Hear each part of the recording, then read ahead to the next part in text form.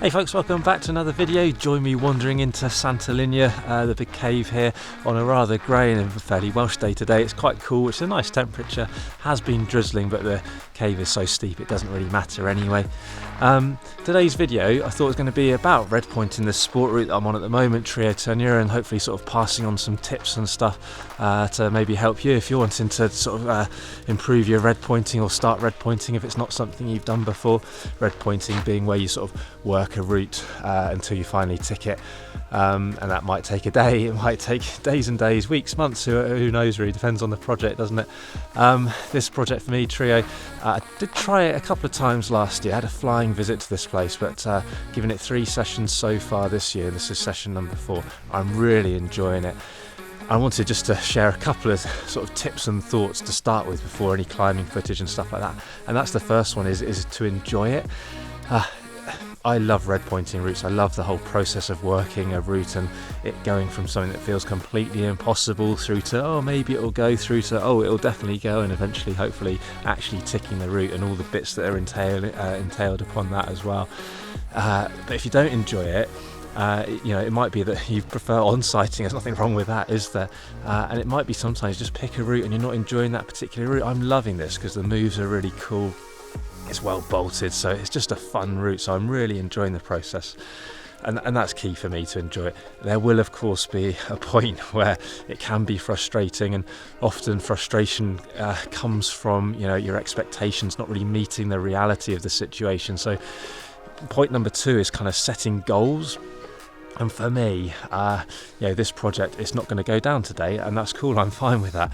I've got a couple of goals that I want to sort of tick off today. One is sort of linking the boulder problem, which is sort of a 4-bolt part as the start of the route. I want to do that in 2 halves, basically 2 overlapping halves, and that'll be 1 goal ticked for the day. Goal number 2 for me is to work out the rest in the middle of the 2 sections. It's like a font 7A start into an easy bit and a rest, and then maybe a 7B route to the top. So I want to work out the rest in the middle of that to get that properly dialed, because that will break down the route a lot for me. And the third bit is to link the top bit in a wanna, which like I say is 7B route, and I just haven't tried to yet, so it'd be nice to be able to link that in a wanna, because it's something to sort of not to worry about then really. It's a whole process, so eventually, you know, once I've ticked those goals, there'll be some new goals, and I shouldn't be too far off proper red point efforts, but yeah, I think it's really important to set some goals, otherwise it can just be too sort of overwhelming and disappointing when you don't get it. I'll put a bit of drone footage in a second, no doubt, to show the cave. It's a pretty impressive place. It's an archaeological site as well, so you can't climb here all year round. There's sort of cave paintings and stuff like that, so there's some digging works and stuff that's covered up at the moment, but you can see just artist representation obviously rather than photos, but you know, cave men and women living under this massive cave here at Santa Linya. That's the sort of cave just there. I'll show my drone footage in a minute, but hopefully I'll get some cool shots on that, and I'll chat about some stuff in a minute, I guess.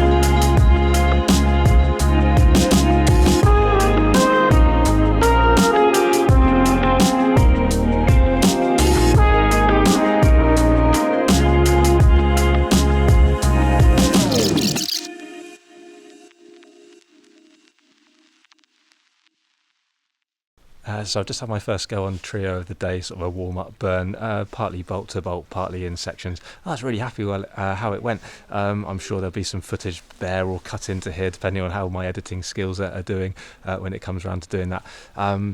But it might look like it was a real dire effort, and it would do if you're expecting to on-site it. Obviously that was nowhere near that, but as a working it go, it's really flipping useful.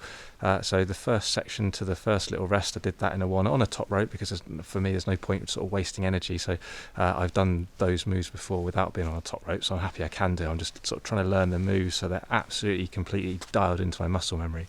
Had a rest there, and then did the sort of next section in kind of two parts, and I should have done it in one part really, tried a bit harder, but it's the warm-up go. But the best bit, the little traverse right, don't know if that will come out well in the camera, it's only a couple of meters right before it goes up again. I've been finding it really hard, although it's much less of an angle, and the holds are pretty good. The feet completely run out and you end up doing quite wide moves. But this time I found, and I should have found it before, found this cheeky little hidden foothold that's the best foothold on that section, and it absolutely just transformed that bit of climbing. So I'm well happy with that, and that's part of the deal with working routes. It's learning as much as humanly possible. I'd have never spotted that on the on-site, not that I can on-site but from working the route, and you start to unlock these little things, these little gems. It's brilliant. I love it. I'm properly stoked for that go. So I'll have a bit of a rest now, belay Mike on his little project, and then I'll get back on that later. Probably only have 2 or 3 goes on that today, to try and save the energy to have a few days in a row, but yeah, I'm well happy with that.